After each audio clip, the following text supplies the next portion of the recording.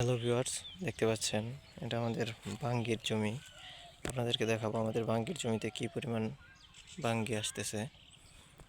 তো এটা একদম নতুন জমি। এই জমিতে মোটামুটি বেশ কয়েকটি বাঙ্গি আসছে।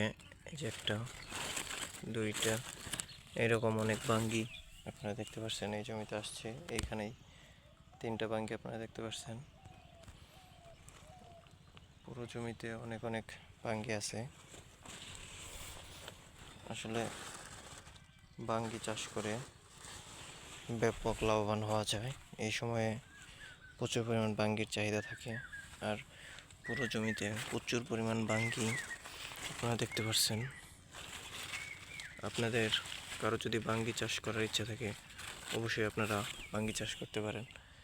যদিও বাঙ্গির বীজ লাগানোর সময় এখন প্রায় চলে গিয়েছে, এখন বাঙ্গি ধরার সময়।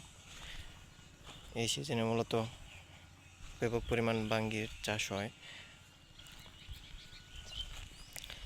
আমরা প্রায় 5% জায়গায় এই বাঙ্গির চাষ করতেছি।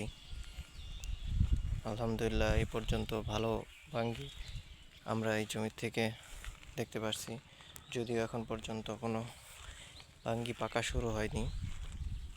আপনারা দেখতে পাচ্ছেন পুরো জমিতে প্রচুর বাঙ্গি রয়েছে।